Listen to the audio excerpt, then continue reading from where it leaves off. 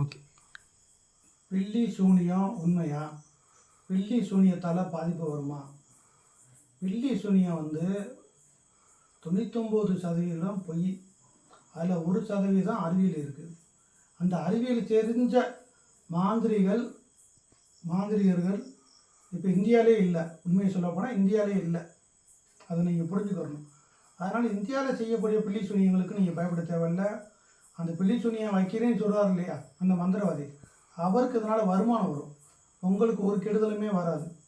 ஆனால் நீங்கள் நம்புறீங்க இல்லையா, நீங்கள் நல்லது நடக்கும்னு நம்பினாலும் சரி, கெட்டது நடக்கும்னு நம்பினாலும் சரி, உங்களுக்கு அது நடக்கும். அதுக்கு காரணம் பில்லி சூனியம் இல்லை, அதுக்கு காரணம் உடைய மனசு. மனசை மிஞ்சிய யமனும் கிடையாது, மனசை மிஞ்சிய குபேரனும் கிடையாது. நம்ம மனசை ரொம்ப கெடுத்து வச்சுருக்கோம். மனசுன்ற ஒரே வார்த்தையில் சொல்ல முடியாது. மனம், புத்தி, சித்தம், அகங்காரம், இதோட பேக்கேஜ் தான் இது. இதை பற்றி பெரிய ஆராய்ச்சி யாருமே பண்ணல. சும்மா ஒரே வார்த்தையில் மனம்னு சொல்லி வச்சுட்றாங்க. உங்களுடைய மனம்தான் பிரச்சனை, பில்லி சூனியம் பிரச்சனை இல்லை. அதே போல் பேய் ஆவிகள்லாம் இருக்கிறது உண்மையான்னு கேட்டால் அது உண்மைதான். ஆனால் உங்கள் மனம் அதை அனுமதிக்காமல் அவைகளால் உங்களுக்கு துன்பமே கொடுக்க முடியாது, தொந்தரவே கொடுக்க முடியாது. நடுக்காட்டில் நீங்கள் போகிறீங்கன்னா பாம்பு பள்ளி வந்துடும் தான் நீங்கள் பயப்படணுமே தவிர பேய் பிசாசு வந்துடும் பயப்பட தேவையில்லை. ஆனால் பேய் பிசாசு இருக்கிறதா உங்கள் மனம் கற்பிதம் பண்ணி உங்கள் ஆள் மனசுக்கு கொண்டு போய் உங்களை பாழாக்கிடும். புரிஞ்சுக்கிட்டீங்களா? பயத்துக்கு முக்கியத்துவம் கொடுக்காதீங்க. வாழ்க்கையில் தைரியத்துக்கு முக்கியத்துவம் கொடுங்க. உங்களுக்கு தைரியத்தை முக்கியத்துவம் கொடுக்கக்கூடிய சூழ்நிலை இல்லாமல் போயிடுச்சு. பாதுகாப்பான வாழ்க்கை வாழ்ந்துக்கிட்டு இருக்கீங்க, வருமானம் பாதுகாப்பாக வந்துடுது, நிம்மதியாக வருமானம் வந்துடுது, பணம் சம்பாதிச்சிட்டாலே பல விஷயங்கள் உங்களுக்கு ஓடி அடைஞ்சிருது. அதனால் ஆபத்தை சந்திக்கக்கூடிய விஷயமோ, நெருக்கடியை சந்திக்கக்கூடிய விஷயமோ, பிரச்சனையை சந்திக்கக்கூடிய விஷயங்களோ உங்களுக்கு ரொம்ப குறைஞ்சு போச்சு. நீங்கள் சந்திக்கக்கூடிய பிரச்சனைகள் எல்லாமே சும்மா மனம் சார்ந்தது.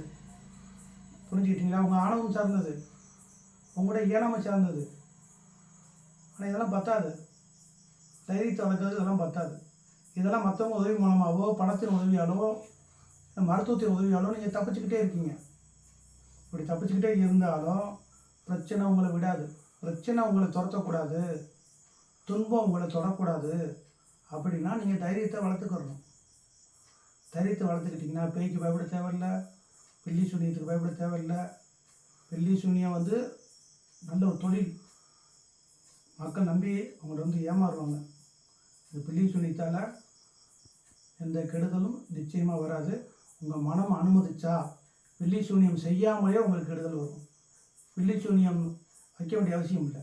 ஆவிகள் பற்றிய கற்பனை பயமே உங்களுக்கு என்ன செஞ்சிடும், மனக்கோளாறை ஏற்படுத்தி பேய் பிடிச்ச மாதிரி சித்த பிரம்மை ஏற்படுத்தி விட்டுரும். நீங்கள் மற்றவங்க குரலில் பேசுவீங்க, அதை பார்க்குறவங்க பேய் பிடிச்சி வச்சு நம்புவாங்க. அது சித்த பிரம்மா. புரிஞ்சுக்கிட்டீங்களா? அதனால் பில்லி சூனியத்தை பற்றி கவலைப்படாதீங்க, ஆவிகளை பற்றி கவலைப்படாதீங்க. உங்கள் மனசை எப்படி சரி பண்ணிக்கிறது, எப்படி பாசிட்டிவாக வச்சுக்கோங்க நான் சொல்ல மாட்டேன். நெகட்டிவாக இருக்கிறது எப்படி தப்பிக்கிறது அப்படின்றத அகமுக கவனம், நிகழ்கவனம்ன்ற சில பயிற்சி முறைகள் இருக்குது நம்மகிட்ட. அதை நீங்கள் ப்ராப்பராக எடுத்துக்கிட்டிங்கன்னா கொஞ்சம் கொஞ்சமாக அதுலேருந்து மீண்டும் வந்துடுவீங்க. பேரன்பு வந்தாலும்